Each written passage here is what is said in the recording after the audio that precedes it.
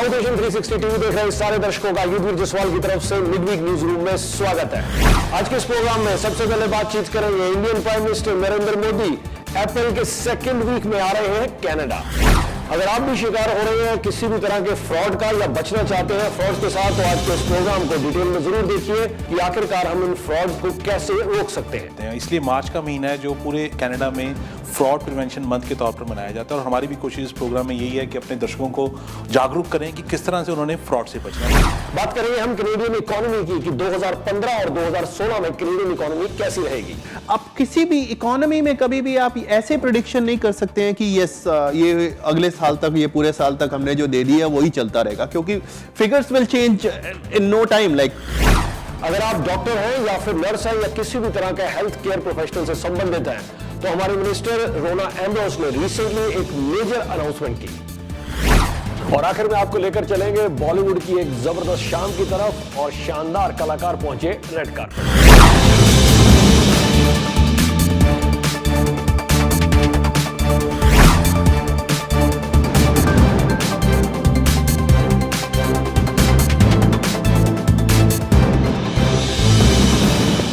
देख रहे सारे दर्शकों का एक बार हम फिर से स्वागत करते हैं। आज के इस प्रोग्राम में सबसे पहले हम स्वागत करना चाहते हैं मनन गुप्ता जी का। मनन जी, आपका बहुत बहुत स्वागत है मिडवीक न्यूज रूम में। Thank you very much Yudhishthir ji, and always a pleasure to be here in the programme. You very welcome Manan ji. अब मेरे ख्याल से आज जो सबसे बड़ी खबर है मिडवीक न्यूज रूम में वो ये है कि Indian prime minister Narendra Modi, जिक्र तो उनका पिछले कुछ महीनों से चल रहा था बट अब ऑलमोस्ट कंफर्म हो चुका है, मिड अप्रैल में उनके आने की उम्मीद है। जो सेकंड वीक है उसमें वो यहाँ पर आएंगे, जहां पर वो ऑटवा जाएंगे नरेंद्र मोदी जी। उसके अलावा प्राइम मिनिस्टर हार्पर साहब के साथ तो डेफिनेटली मुलाकात करेंगे। यहाँ टोरंटो भी आएंगे और टोरंटो में जैसे आपने देखा कि न्यूयॉर्क मेडिसन स्क्वायर में उन्होंने एनआरआईज के साथ मुलाकात की, उसके अलावा सिडनी में आपने भव्य जलसे देखे। इसी तरह यहाँ टोरंटो में भी एक बहुत ही बड़ा जो गैला प्रोग्राम है उसको ऑर्गेनाइज किया जा रहा है। जी मनन जी। बिल्कुल जी Yudhishthir ji, it's a very welcoming news. खास करके इंडिया कनाडा के जो बायलैटरल रिलेशंस हैं उसमें मैं समझता हूँ एक बहुत बड़ा उसको बूस्ट मिलेगा। नरेंद्र मोदी जी प्राइम मिनिस्टर और honourable prime minister of India वो कनाडा आ रहे हैं, और जो बायलैटरल ट्रेड के साथ साथ जो पॉलिटिकल हालात भी हैं, खास करके जो कनाडा में आपको पता है this is an election year, so I think उनकी विजिट उसमें भी काफी एक छाप छोड़कर जाएगी। बिल्कुल। और मनन जी, मैं समझता हूं कि जहां तक आपसी व्यापार का संबंध है, $5 billion of bilateral trade, both the countries wanted to increase to $15 billion free trade agreements की बात हो रही है, और बहुत सारी और इंपॉर्टेंट एग्रीमेंट्स पहले भी होते रहे हैं। और कहा जा रहा है कि इस बार भी जब वो यहाँ आएंगे तो कुछ मेजर अनाउंसमेंट्स जो हैं वो डेफिनेटली की जाएंगी। यार इंडिया की जो इकोनॉमी है, जैसे हम बात कर ही रहे थे कि इंडियन इकोनॉमी, जो OECD ने जो लेटेस्ट अपडेट जारी की है, उन्होंने कहा है कि Indian economy will grow by 7.7% and they are going to surpass China. हालांकि हम बता दें कि ये GDP growth, annual rate of growth जो है उसमें इंडिया चाइना से आगे शायद निकल जाए, लेकिन ओवरऑल वॉल्यूम तो हम सब जानते हैं कि ठीक है, चाइना की अभी भी काफ़ी ज़्यादा है। It will still take many years to match the volume in terms of volume अगर हम चाइना की बातचीत करें। लेकिन this is certainly a good news के, और कनाडा की अगर हम इकोनॉमी की बातचीत करें आगे चल के पंकज मोंगा जी के साथ, वो भी बड़ी डिटेल में आपके साथ हम ज़रूर शेयर करेंगे।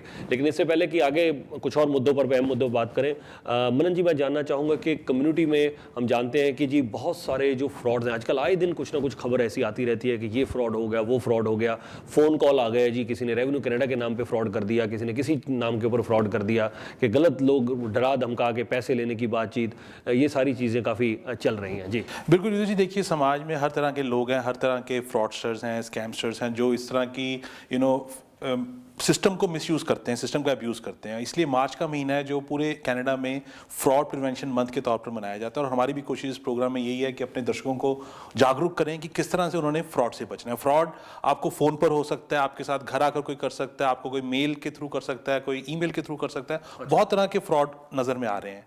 कॉमन फ्रॉड जो आजकल सुनने में आ रहा है उसमें यह है कि लोगों को घर में कॉल आ जाती है रेवेन्यू कनाडा की तरफ से कि जी आपने टैक्स, क्योंकि टैक्स सीजन अभी चल रहा है, टैक्स सीजन की काफ़ी भरमार है, कि आपने पिछले ओवर ड्यूज हैं, आपने पे करना है, तो आप इस नंबर पर कॉल करें या वेस्टर्न यूनियन के थ्रू पैसे भेजें या हमें कैश भेजें। तो पहले तो मैं ये बता दूं कि रेवेन्यू कनाडा की तरफ से कभी भी कोई कॉल नहीं आती हमेशा वो आपको पोस्टल लेटर के थ्रू इन्फॉर्म करते हैं। सो अगर किसी और कॉल बाद में आ सकती है। कॉल बाद में फॉलोअप के दौरान, you know, it is always later on.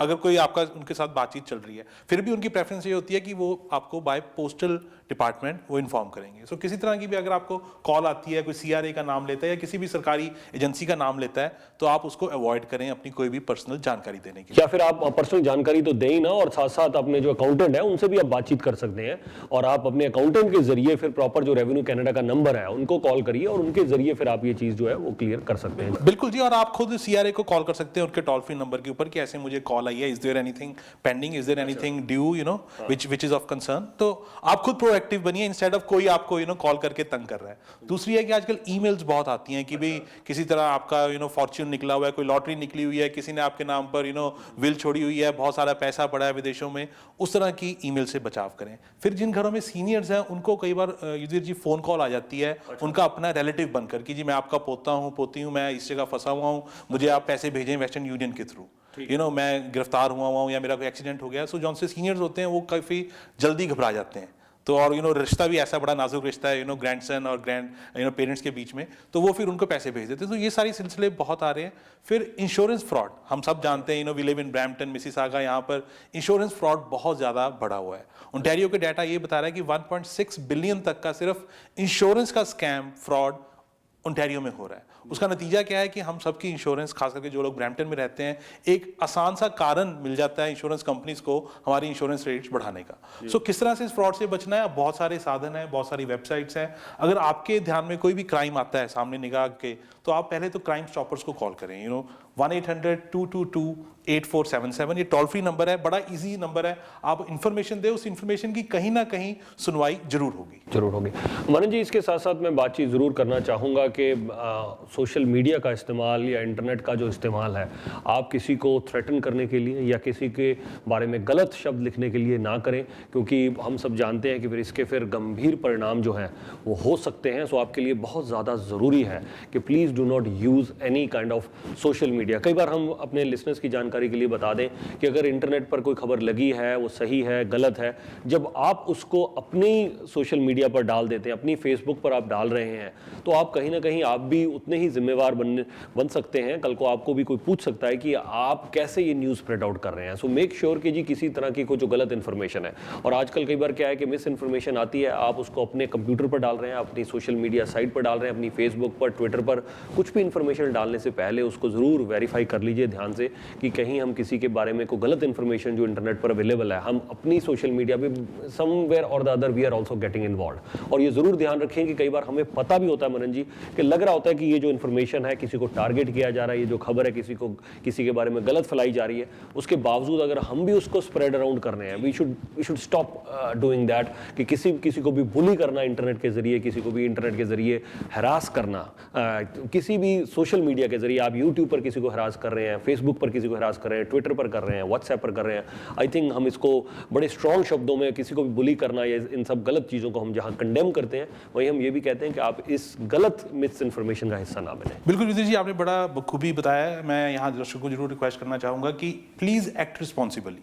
अगर आप अपनी रिस्पॉन्सिबिलिटी से पीछे हटते हैं तो जरूर आप सोशल मीडिया को भी मिसयूज़ करेंगे, आप इंटरनेट को भी अब्यूज़ करेंगे, और उसका खमियाजा कभी ना कभी आपको और आपके और परिवार के मेंबर्स को भुगतना पड़ सकता है, क्योंकि कानून के हाथ बहुत लंबे। हम लोग समझते हैं कि हमने फेसबुक के ऊपर या ट्विटर के ऊपर या किसी यूट्यूब के ऊपर अगर कोई पोस्टिंग डाल दी, वीडियो डाल दी, हमें कोई पकड़ नहीं पाएगा। नहीं, वो सारे जो से IP एड्रेसेस होते हैं, हर एक कंप्यूटर का एक इंडिविजुअल IP एड्रेस होता है, उससे आपकी ट्रैकिंग हो सकती है। आपने कब वो ईमेल खोली, कब आपने वो ट्विटर के ऊपर पोस्ट डाली, कब आपने फेसबुक के ऊपर उसको पोस्ट किया। So everything is traceable. और आजकल तो बहुत सारी लेटेस्ट एडवांसमेंट्स इतनी हो गई कि आप जितना मर्जी उसको डिलीट कर लें, it will always keep on haunting you. और अब मनन जी बातचीत करते हैं होली गाला की, जो यहाँ ब्रैम्पटन में मनाए जा रहे हैं। तैयारियां काफी जोरों शोरों से हैं, बताइए फिर सारी डिटेल। बिल्कुल जी, विलियम ऑसलर हेल्थ फाउंडेशन की तरफ से सेकंड एनुअल होली गाला जी इस फ्राइडे को होने जा रहा है, मार्च 27 को, और बहुत ही बड़ा इवेंट है। बहुत ही कम्युनिटी से, बिजनेस से, इंडस्ट्री से उसको सपोर्ट मिल रही है, और स्पेशल तौर पर विनय विरमानी, निंदी कौर, मंज म्यूजिक और राहुल खन्ना जी इस इवेंट को MC कर रहे हैं।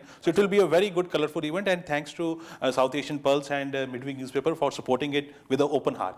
You're very welcome Manan ji, और आपको भी हम धन्यवाद करते हैं for making us part of this important event. So हम अपने जो व्यूअर्स हैं उनको ज़रूर बता दें कि स्क्रीन पर इस समय आप जो देख रहे हैं, आपको पोस्टर नज़र आ रहा है इस समय स्क्रीन के ऊपर। सो होली गाला जो ये होने जा रहा है, अगर आपने टिकट्स नहीं लिए तो ज़रूर पहुंचिए, और इसकी जो डिटेल्ड कवरेज है वो हम वीडियो के सहित अगले हफ्ते आपको ज़रूर दिखाएंगे, और साथ साथ मिडवीक न्यूज़पेपर में इसकी जो तस्वीरें हैं वो भी ज़रूर दिखाएंगे। बिल्कुल जी, एम्बेसी ग्रैंड कन्वेंशन सेंटर है, फ्राइडे इज द डे और उसकी डेट है मार्च 27। ठीक है वरुण जी, आप स्टूडियो में आए, आपका बहुत बहुत शुक्रिया। थैंक यू जी, and it was good to share the information. Thank you sir. बातचीत हमारी चल रही है मिडवीक न्यूज रूम में, लेकिन अब वक्त हुआ जा रहा है एक छोटी सी ब्रेक का। एक ब्रेक लेते हैं छोटी सी, और उसके बाद हाजिर होंगे हम मिडवीक न्यूज रूम में। The biggest South Asian media group, Y Media.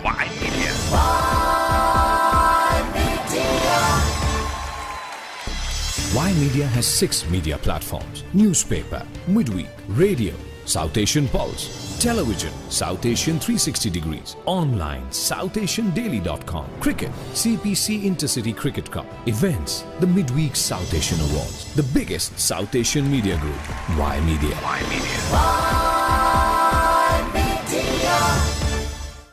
Y Media presents South Asian Pulse. South Asian Pulse. South Asian Pulse. Call Yudhvir Jaswal 647-272-8182 or visit SouthAsianDaily.com. South Asian Pulse. और midweek news room में आज economy की सारी बातचीत करने के लिए हमारे साथ जुड़ चुके हैं पंकज मोंगा जी। पंकज जी, बहुत बहुत स्वागत है आपका midweek news. Thank you so much, Yudhvir ji, and it's always a pleasure to be here. You're very welcome sir. सबसे पहले तो हम बातचीत करना चाहते हैं कि कैनेडियन इकोनॉमी, OECD ने जो ताज़ा फिगर्स जारी किए हैं उनके मुताबिक उन्होंने कहा है कि 2015 में it will be growing by 2.2% और उसके बाद 2016 में it will be growing by 2.1%। So थोड़े थोड़े जो नंबर्स हैं वो कम कर दिए हैं। अमेरिका के नंबर्स भी मैं अपने व्यूअर्स को पहले ही बता दूं कि as far as American numbers are concern 3.1% in 2015 and 3% in 2016। India के नंबर्स 7.7% उन्होंने बताए हैं, लेकिन हम बात करेंगे यहाँ कनाडा और अमेरिका की। सबसे पहले जो कैनेडियन इकोनॉमी। जी बिल्कुल, मेजर चीज तो ऑयल है युद्धवीर जी, क्योंकि ऑयल की वजह से जो इम्पैक्ट आ रहा है उसकी वजह से उन्होंने ये OECD की जो रिपोर्ट आई है उन्होंने इसीलिए हमारी कंट्री की जो ग्रोथ है उसको थोड़ा सा कम किया है। लेकिन ये फिगर्स जो है आपने देखा होगा, अगर हर क्वार्टरली वो चेंज होती हैं, हर क्वार्टर पे चेंज हो जाती हैं, क्योंकि सिचुएशन ऐसी हो जाती है। आप किसी भी इकोनॉमी में कभी भी आप ऐसे प्रेडिक्शन नहीं कर सकते हैं कि यस ये अगले साल तक, ये पूरे साल तक हमने जो दे दिया वही चलता रहेगा, क्योंकि figures will change in no time. Like किसने सोचा था सितंबर से पहले कि ऑयल जो है 120 से जाके अब आज 42-43 पे ट्रेड कर रहा है, कहां से $80 का फर्क आया है ऑयल में। सो उसका सीधा इम्पैक्ट कैनेडियन इकोनॉमी पे तो आएगा ही आएगा। G7 में उसी रिपोर्ट में है कि G7 में इकलौती कंट्री है जिसपे इंपैक्ट आ रहा है, नेगेटिव इंपैक्ट आ रहा है। अदरवाइज बाकी जितनी भी कंट्रीज हैं उनको पॉजिटिव इंपैक्ट आ रहा है। उन्होंने फ्रांस की, जर्मनी की, जापान की भी उन्होंने जो है OECD ने जो है इंक्रीज कर दी है एक्चुअली, जो They've increased it to 1%. which is like they are increasing it. I know 1% is very less, too less. Still it's an increment. But still it's an increment. US की उन्होंने लगभग उतनी ही रखी है, और जो अगले साल की है शायद थोड़ी सी उन्होंने इंक्रीज की है, या मेरे ख्याल वो भी बराबर ही है, उन्होंने पूरी उसी तरह से रखी है। लेकिन हो क्या रहा है, ऑयल जितने भी ऑयल इंपोर्टर हैं कंट्रीज, उनको तो नेट बेनिफिट हो रहा है। हम एक्सपोर्टर्स में आ जाते हैं। एक्सपोर्टर्स में भी मैं ये कहूंगा कि आधी कंट्री एक्सपोर्टर में आती है, आधी इंपोर्टर में आती है, क्योंकि ओंटारियो क्यूबेक तो एक्चुअली इंपोर्ट कर रहा है, वो कहीं प्रोड्यूस नहीं कर रहा है। सो हमें नेट बेनिफिट हो रहा है, ओंटारियो एंड क्यूबेक को, BC को बेनिफिट हो रहा है, लेकिन अल्बर्टा या जो भी न्यूफाउंडलैंड है, उस तरह के जो वेस्टर्न प्रोविंसेस हैं उनको नुकसान हुआ है। सो टोटलिटी में हमारी इकोनॉमी पे जो इंपैक्ट आ रहा है वो थोड़ा सा इंपैक्ट आ रहा है। You can correct me if I'm wrong, क्योंकि जो मैं ये रिपोर्ट पढ़ रहा था उसमें मैं ये पढ़ रहा था कि एक आम आदमी, हमारे जो दर्शक इस समय हमें देख रहे हैं, चाहे वो हमें टोरंटो से देख रहे हैं या वैंकूवर से देख रहे हैं या हमें ब्रैम्पटन, मिसागा, कहीं पर भी जो हमारे दर्शक अब इस समय देख रहे हैं हमें, सो जो मैं इस रिपोर्ट में पढ़ रहा था उन्होंने कहा था कि ठीक है जी, जो हाउस होल्ड है उसको फायदा है, क्योंकि जो आपको गैस है वो आपको सस्ती मिल रही है, तेल आप सस्ता भरवा रहे हैं, पैसा बच रहा है, उन्होंने कहा है। इसके अलावा जो फर्म्स हैं, जो बिजनेस अदारे हैं, उन्होंने कहा है कि firms are also saving on this lower oil prices. It is just the oil producers जिनको कि नुकसान है. जुड़ा इम्पैक्ट हो रहा है और मेजरली कनेडियन गवर्नमेंट को इम्पैक्ट हो रहा है एक तरफ से, क्योंकि कनेडियन गवर्नमेंट को टैक्सेस में देखिए कहां पे वो, अगर मैं चलो प्रोविंस ओंटारियो की बात कर लेते हैं, ओंटारियो को भी नुकसान हो रहा है क्योंकि पहले तो वो कहां $1.20 पे HST लगा के ऑयल उनको HST मिल रहा था, अब उनको 80 सेंट पे या $1 पे, जो भी आज का रेट जैसे $1 के करीब है, वो $1 पे मिल रहा है उनको वो, सो उनका तो सीधा प्रोविंस वाइज तो फिर अल्बर्टा को तो सबसे ज्यादा नुकसान हो रहा है एक्चुअली. अल्बर्टा इज लाइक उसको तो जितने भी कंपनीज के प्रॉफिट्स थे, जो ऑयल कंपनीज के जो जितने भी कॉर्पोरेशंस हैं, जो कॉर्पोरेशन टैक्सेस भी तो होते हैं, सो कॉर्पोरेशन पे अगर किसी को 1 बिलियन का फायदा हो रहा था, मान लीजिए 1 बिलियन कमाया उसने, अब उसको 200 मिलियन का हो रहा है. कहां तो अल्बर्टा गवर्नमेंट को 1 बिलियन पे टैक्स मिलना था, अब वो 200 मिलियन पे ले रही है. तो फिर ये भी कहा जा सकता है कि जो अल्बर्टा है वहां पर हम ये कह सकते हैं कि काफी आने वाले टाइम में टैक्सेस बढ़ाने की बात की जा रही है, हालांकि प्रीमियर जिम फ्रेंटिस कह रहे हैं कि मैं नहीं बढ़ाऊंगा. अभी देखिए बात यह है कि अभी तक वेट कर रहे हैं, अभी ये और थोड़ा सा टाइम देखेंगे, क्योंकि जब तक उनके पास थोड़ा बहुत है पैसा जिससे वो काम चला पा रहे हैं, अगर वो चलता रहा, ऑयल के प्राइसेस अगर थोड़े से इंप्रूव हो गए, जो कि उम्मीद है इस ईयर एंड तक, वो ये कह रहे हैं, जो प्रेडिक्शंस आ रही है, इकोनॉमिस्ट की जो प्रेडिक्शंस आ रही है, वो ये कह रहे हैं कि ये 60 और 70 के बीच में ट्रेड करना शुरू कर देगा. अभी हम 40 पे बैठे हैं, सो $20 $25 का इफेक्ट बहुत ज्यादा होता है, 60-70 में होगा. लेकिन अगर नहीं हुआ ये सब, जिस तरह से सिचुएशन चल रही है, अगर इसी सिचुएशन में रह गया ऑयल, तो yes, Alberta might have to put taxes on people, because उनके पास चॉइस क्या है, क्योंकि पहले तो उन्होंने संभाल के रखा नहीं पैसे को. अगर देखा जाए तो मैं उस मुद्दे पे भी बड़ा वो देख के भी होता है, हम आम आदमी को बोलते हैं, आपको बोल रहा हूँ, मैं अपने आप को करता हूँ, या हम किसी से भी मिलते हैं एज ए फाइनेंशियल प्लानर, मैं उनको यही समझाता हूँ, भाई सब कुछ सेव कर लो अपने लिए, कुछ अपनी रिटायरमेंट के लिए सेव कर लो. हमने RRSP जैसी इसी कंट्री ने स्कीमें चलाई हैं, RRSP चलाई है, TFS चलाया है, और सेविंग अकाउंट है, और बहुत सारे अदारे हैं जिसमें हम सेव करते हैं अपनी रिटायरमेंट के लिए, अपने बुरे दिनों के लिए. एक्चुअली इतने बड़े प्रोविंस को समझ नहीं आई थी कि कभी बुरा वक्त आ सकता है, इतना वो कॉन्फिडेंट था कि मेरा ऑयल तो कभी नीचे जाएगा ही नहीं. ये तो कोई सिचुएशन, और ऐसा भी नहीं है कि ऑयल नीचे नहीं गया है कभी. अगर आप इसकी 100 साल की हिस्ट्री भी उठा लें, तो 100 सालों में मेरे ख्याल 10 या 12 बार नीचे आया होगा इसी लेवल पे, ये $30 पे आया होगा. 2007-2008 में भी तो हम इसी सिचुएशन में थे जब ये रिसेशन आया, उससे पहले 98-89 पे भी हम नीचे मारे हैं. सो हर इस प्रोविंस को पता है, हर एक को पता है कि ऑयल तो ऊपर जाके वापस नीचे मारेगा कभी ना कभी एक बार. ये तो एक ऐसी कमोडिटी है जो ऊपर नीचे घूमती रहेगी. So why not we save. मेरे को अभी तक ये चीज समझ नहीं आती कि हम आम आदमी को समझाते हैं, आम आदमी को ये कहते हैं भाई साहब बुरे वक्त के लिए संभाल लो, लेकिन प्रोविंसेस को समझ नहीं आता कि बुरा वक्त उनके पास भी आ सकता है. ठीक है, बातचीत करते हैं कि जो रियल स्टेट है, खासकर अगर हम GTA की ताज़ा रिपोर्ट देखें, इवन या कनाडा एज अ होल देखें, तो चाहे क्रिया के नंबर्स देख लें, वो भी ऊपर जाते नजर आ रहे हैं. अगर हम GTA की बात करें तो GTA में एवरेज घर की कीमत 6 लाख लिटिल ओवर 600,000 है इस समय. और साथ साथ अगर हम ये बातचीत करें कि जी क्या इस समय जो एवरेज प्राइस है पिछले साल के मुकाबले, अगर हम इस साल का एवरेज प्राइस करें, GTA की मैं बात कर रहा हूँ, ग्रेटर टोरंटो एरिया, ट्रेप के हवाले से रिपोर्ट हम दे रहे हैं, तो तकरीबन 10.3% there has been an increase in the price. 10% increase आज की डेट में. सो ओवरऑल चलो 10% तो इस अभी बताया उन्होंने, पर ओवरऑल अगर हम कहें 6, 7, 8, 9, 10, मतलब GTA में प्रॉपर्टी अनअफोर्डेबल सी होती चली जा रही है. बिल्कुल होती चली जा रही है युद्धवीर जी. जहां पे प्रॉपर्टी जो है, हम लोकेशन, जैसे हर रियल एस्टेट वाला ये बात करता है, लोकेशन लोकेशन लोकेशन. सो लोकेशन पे डिपेंड करता है. प्रॉपर्टी कभी भी एक होल फिनोमेना नहीं हो सकता पूरी कंट्री में एक ही तरह से चीज चलेगी. It will be like according to requirement, according to population, कितने लोग कहां रह रहे हैं, अकॉर्डिंग टू इंडस्ट्रीज. अब यही चीज है. अगर GTA की देखी जाए तो बात ठीक है, अगर आप विंडसर चले जाएं तो प्रॉपर्टीज बढ़ी नहीं रही हैं, वहीं की वहीं खड़ी हैं पिछले 4-5 साल से. अब क्यूबेक सिटी में चले जाएं, वैसी की वैसी पड़ी हैं. जहां पे डिमांड नहीं है इस चीज की, वहां पे ये नहीं बढ़ रही हैं. यस, लेकिन टोरंटो, अगर आप GTA की बात करेंगे, GTA इज लाइक, ठीक है हम इतनी छोटी सी कंट्री है इसलिए हमें लगता है, लेकिन we are like New York. US की, अगर यूएस की कंट्री को चला जाए तो we are like them. So उसी तरह की हमारी ये सिटी है. सो उसी तरह ही ग्रो करेंगे ना हम. टोक्यो को ले लीजिए आप, टोक्यो में पांव रखने की जगह नहीं मिलती है लोगों को. दिल्ली की बात कर लें, बॉम्बे की बात कर लें, कैसे करोड़ों में एक एक फ्लैट बिकता है. सो क्यों नहीं यहां पे भी तो वही सिचुएशन है, क्योंकि इंडस्ट्रीज हैं, सारा कुछ है, यहां पे जॉब्स हैं, तो लोग यहीं रहेंगे ना. तो जब रहेंगे तो उनको प्रॉपर्टी तो चाहिए ना, तो प्रॉपर्टी खरीदेंगे वो. आखिर में इस डिस्कशन के I want to bring the I factor. जी बिल्कुल। That's the interest factor. और हम अपने दर्शकों को बता दें कि इंटरेस्ट रेट्स जो हैं अभी जो यूएस में बढ़ने के आसार तो हैं, but how long they can wait. I think जो फेड चेयरमैन हैं जेनेट, वो कब बढ़ाएंगी नहीं बढ़ाएंगी इस बारे में बड़ी डिस्कशन है। लेकिन कनाडा में भी डिस्कशन है। इन्फ्लेशन नंबर्स कैसे आते हैं उस पर भी डिपेंड करता है। बैंक ऑफ मॉन्ट्रियल ने रिसेंटली अपने जो मॉर्गेज इंटरेस्ट रेट्स हैं वो 5 ईयर फिक्स के वो कम किए थे।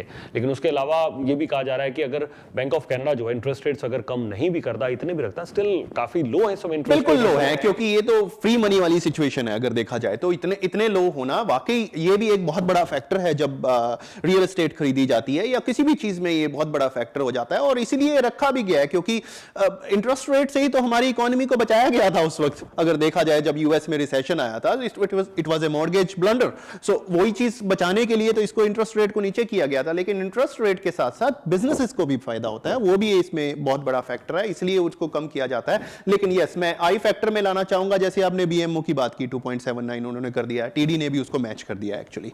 सो TD also was like they announced within 2-3 hours की we will match it. But उससे फर्क क्या पड़ता है एक्चुअली देखा जाए तो, वो 5 ईयर फिक्स्ड का रेट है। वो 2.79 तो पहले ही लोग दे रहे थे, दूसरी जो प्राइवेट लेंडर्स हैं, मैं नाम नहीं लेना चाहूंगा, बहुत सारे हैं, वो भी तो दे ही रहे थे, वो तो मैच कर ही रहे थे। तो उसमें कोई वो बहुत बड़ी, उन्होंने सिर्फ एक न्यूज फेंकी थी, लेकिन मुझे नहीं लगता कि ये बहुत बड़ी न्यूज थी, क्योंकि जब आपको मॉर्गेज मिलता है, सो मॉर्गेज तो आपको पोस्टेड रेट पे मिलता है ना, आपको जो क्वालिफाई करवाया जाता है, तो क्वालिफिकेशन तो वही है। सो आप 2.89 2.99 से 2.79 कर भी देंगे फिक्स्ड का, तो इतना कोई इंपैक्ट नहीं आने वाला है उस चीज का, क्योंकि वो लोगों को पहले से ही वो मिल रहा है। सो आई डोंट थिंक सो वो कोई बहुत बड़ा फैक्टर था जो कि न्यूज थी। और लेकिन अगर यूएस की बात करना चाहिए, यस, आज फेड ने जो बोला है, उस मार्केट उस वक्त जब फेड की रिपोर्ट आने से पहले 2 बजे फेड की रिपोर्ट आई है, 155 पे भी मार्केट, जो यूएस की मार्केट थी, लगभग 150 पॉइंट नीचे थी।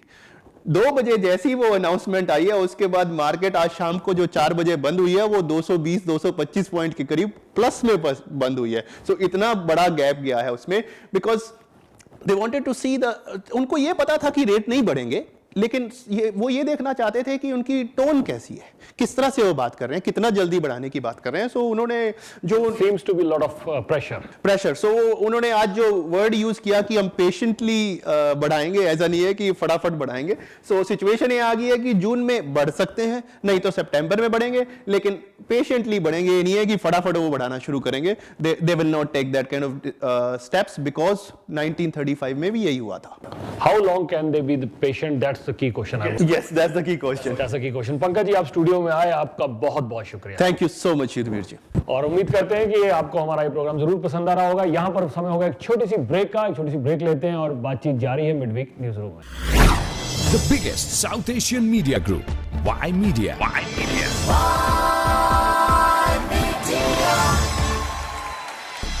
Y Media has 6 media platforms: newspaper, midweek, radio, South Asian Pulse, television, South Asian 360 degrees, online, SouthAsianDaily.com, cricket, CPC Intercity Cricket Cup, events, the Midweek South Asian Awards, the biggest South Asian media group, Y Media.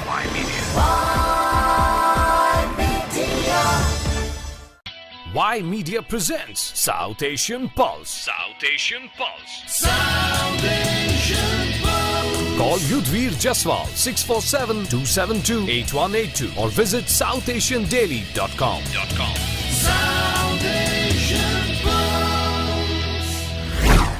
अब midweek news room में बातचीत करते हैं हाल ही में जो कुछ current issues चल रहे हैं। सबसे पहले मिडवीक न्यूज रूम में हम चर्चा करना चाहेंगे कि हाल ही में काफी ज्यादा डिबेट चल रही है एंटी टेरर बिल के ऊपर, जहां कंजर्वेटिव पार्टी कह रही है कि ये कैनेडियंस के हित में है, वहीं जो ऑपोजिशन लिबरल्स हैं इस पर सवाल जरूर खड़े कर रहे हैं पर इसके खिलाफ वोट नहीं कर रहे हैं। एनडीपी जो है वो इसके खिलाफ वोट कर रही है।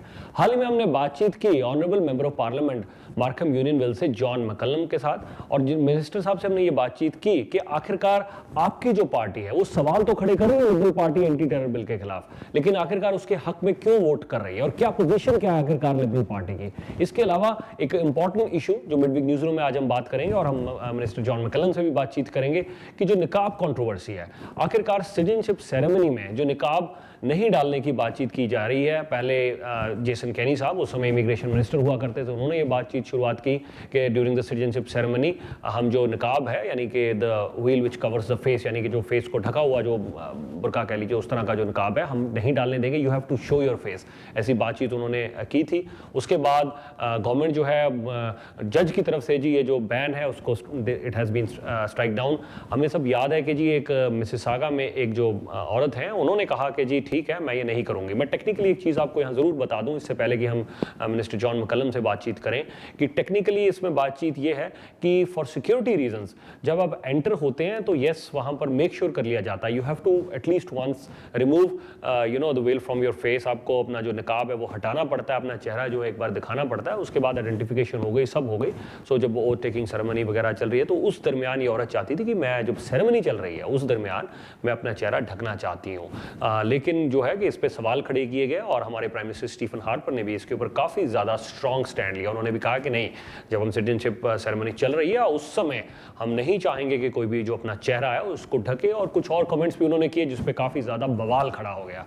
तो लिबरल पार्टी काफ़ी बड़े सवाल इस पर खड़े कर रही है। सो इन दोनों मुद्दों पर एंटी टेरर बिल और निकाब इशू पर बातचीत करते हैं honourable member of parliament Markham Unionville John McCallum के साथ। Minister, welcome to the show, South Asian Pulse. How are you? Thank you. Very good to be with you. Minister, first of all, I'd like to ask you that there has been a heated debate about so many things these days in the Parliament, whether it's the new anti-terror bill or whether it's the niqab issue, and there are so many other issues. So, what's your take on all these things that are being discussed in the Parliament these days? Well, I would say the overarching issue is that we have to both protect Canadians and preserve our diverse multicultural society. Okay. And that was the theme of Justin Trudeau's major speech last week in Toronto, where he outlined how we have to respect religious freedom, how we have to preserve our multicultural fabric, while at the same time taking actions to make Canadians safe in a dangerous world. And I think our view is that Stephen Harper is not doing that. He is attacking the Muslim community in various ways, and he is not preserving Canada as an open, tolerant society. And so I think that's a big difference between our two parties. Okay, and regarding the niqab issue, what do you think is the Liberal Party's position on this niqab issue at the citizenship ceremony? Well, the Liberal Party position was to support the judge's decision that the woman had the right to wear the niqab at that ceremony. You have to understand that she had shown her face to a female official in order to prove who she was before she actually acquired citizenship or did the citizenship test, so that there was no problem in terms of identity or security. But once she was in a public ceremony, she wanted to do that, and the judge supported her right to do that. And we in the Liberal Party support that too, because when you're in favor of religious freedom, that means people have different religions, different things that they wear or procedures that they engage in, and whether or not these are popular with other people, the protection of religious freedoms means that you protect the rights of people to fulfill those freedoms. So we don't want this niqab issue to become a huge thing, but it seems to have. There's way more important issues. There's a very small number of women who choose to wear them, but it seems to have escalated. But the main point is not the niqab. The main point is that we have to preach tolerance and respect for religions, notwithstanding the terrorist threats that are around us. Right. Minister, anything else that you quickly want to add? Well, I think those are the main points, that it's important to protect Canadians. It's also important to preserve our tolerant society. Those two things are what we in the Liberal Party and Justin Trudeau are aiming to do, and I think we're the only ones that are really able to do both of those. Okay, one last question for you. As much as you're questioning the anti-terror bill, but on a similar note, the Liberal Party has voted in favor. Now, the NDP are saying, okay, if you're opposing the bill, we are voting against. But why has the Liberal Party supported the bill if they're against it? Well, first of all, the NDP is voting against, we're voting for, but both parties say that if they come to power, they will amend the bill and not cancel the bill. So in that sense, there's not a big difference between the two. But our position is that there are some things in the bill which we think are useful, like no-fly lists and preventive arrests, and we do acknowledge that it is a more dangerous world. So parts of the bill we like, and we will vote in favor of it. But, and this is an important but, we will propose amendments to have parliamentary surveillance to better guarantee people's rights and freedoms, and make other amendments.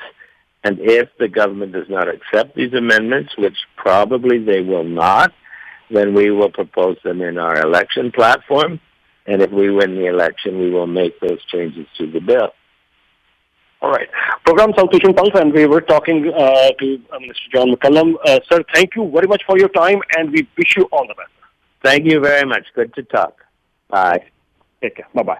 Midweek newsroom में अगली हम चर्चा करते हैं। बहुत सारे जो internationally train professionals हैं वो डिग्रीज लेकर हम यहाँ पर आते हैं, और खासकर आज हम बात करने जा रहे हैं हेल्थ केयर से जुड़े उन लोगों की। आपने अगर डॉक्टरी की पढ़ाई की है, आप कहीं से डॉक्टर हैं कनाडा से बाहर, चाहे इंडिया, पाकिस्तान, रशिया या कहीं से भी हैं, या आपने नर्सिंग का कोर्स किया या हेल्थ केयर रिलेटेड कोई भी कोर्स किया, जब आप यहाँ पर आते हैं तो बड़ी दिक्कत आती है। सो हाल ही में एक अनाउंसमेंट की गई है हमारी फेडरल सरकार की तरफ से, और उनका ये कहना है कि हम फंडिंग इशू कर रहे हैं। सो जो बाहर से जो डॉक्टर्स आ रहे हैं, इमीडिएटली तो उनको डॉक्टर की जॉब नहीं मिलेगी, पर हम उनको असिस्ट करना चाहते हैं कि ताकि वो कम से कम अपने हेल्थ केयर के फील्ड में जॉब वो जरूर ले सकें। सो उसके लिए गवर्नमेंट की तरफ से एक फंडिंग की अनाउंसमेंट रिसेंटली की गई, और इस अनाउंसमेंट के फौरन बाद हेल्थ मिनिस्टर रोना एम्ब्रोस के साथ बातचीत हमें करने का मौका मिला हमारे radio programme South Asian Pulse पर।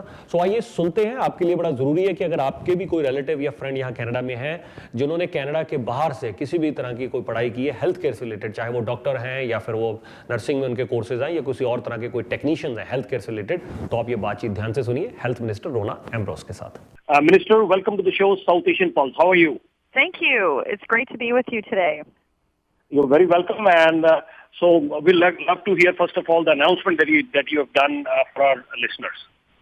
Yes, today we made a wonderful announcement in Toronto to support internationally educated health professionals to work in Canada.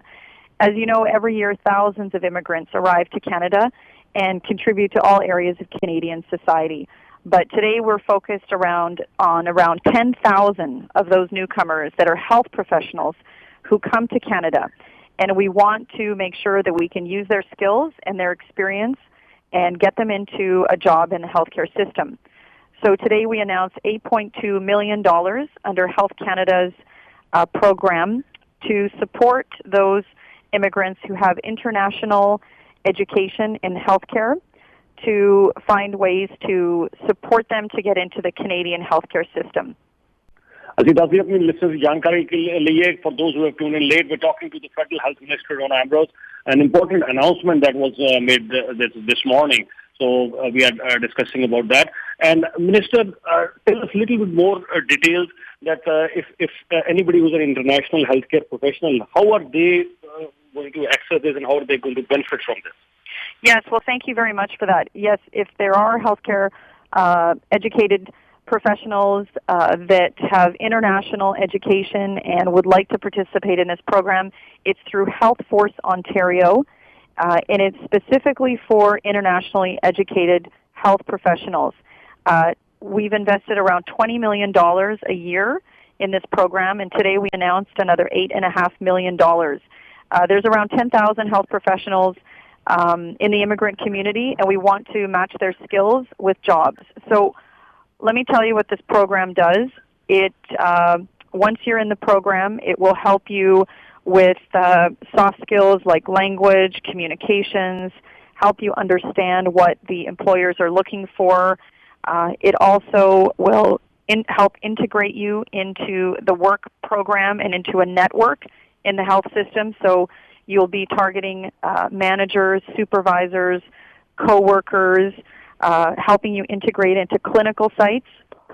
Also, an alternative career program. So if you're a doctor and you've arrived here, you don't have your Canadian license yet, we could also help you find meaningful employment in the healthcare sector. Not a doctor yet, but you could be working in the health field, which is helpful because then you can use some of your skills until you get your license. All right. अच्छा अपने listeners की जानकारी बताते हैं that we are talking with the Federal Health Minister Rona Ambrose. This is a very important announcement, and you'll find more details about this announcement on our website and the government website as well. You can go on to the Health Canada, the federal site. You can find more details there. Even on our website, in the next few minutes, it's going to be there, SouthAsianDaily.com, and we're covering more details in our newspaper Midweek as well. हम अपने दर्शकों की जानकारी के लिए बता दें कि आज हमने बहुत सारी खबरें यहाँ मिडवीक न्यूज रूम में डिस्कस की, पर कई ऐसी खबरें होती हैं जो हम यहाँ पर समय की कमी के कारण नहीं डिस्कस कर पाते बहुत डिटेल में। आपको ये सारी जानकारी मिलती है हमारी वेबसाइट SouthAsianDaily.com से।